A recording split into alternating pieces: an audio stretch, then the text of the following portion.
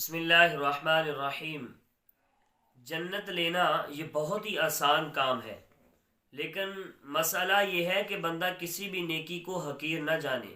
حضرت ابو ہریرہ رضی اللہ تعالیٰ عنہ سے روایت ہے کہ اللہ کے نبی صلی اللہ علیہ وآلہ وسلم نے ارشاد فرمایا، ایک بندے نے قطعاً کوئی نیکی نہ کی تھی سوائے ایک کانٹے دار ٹہنی کو اس نے راستے سے ہٹایا تھا، خواہ وہ ٹہنی کسی درخت کی گری ہو راستے میں یا پھر اس ٹہنی کو کسی نے گرایا ہو۔ فرمایا کہ وہ کوئی بھی ٹہنی ہو تو ہمیں جو ہے اس کو راستے سے ہٹا دینا چاہیے۔ تو اللہ کے نبی صلی اللہ علیہ وآلہ وسلم نے فرمایا کہ اس شخص نے بھی فرمایا کہ ٹہنی کو جو راستے میں پڑی تھی اس کو ہٹایا، تو اللہ تعالیٰ نے اس کے اس کام کی وجہ سے اس کو جنت میں داخل کر دیا۔ تو جناب والی،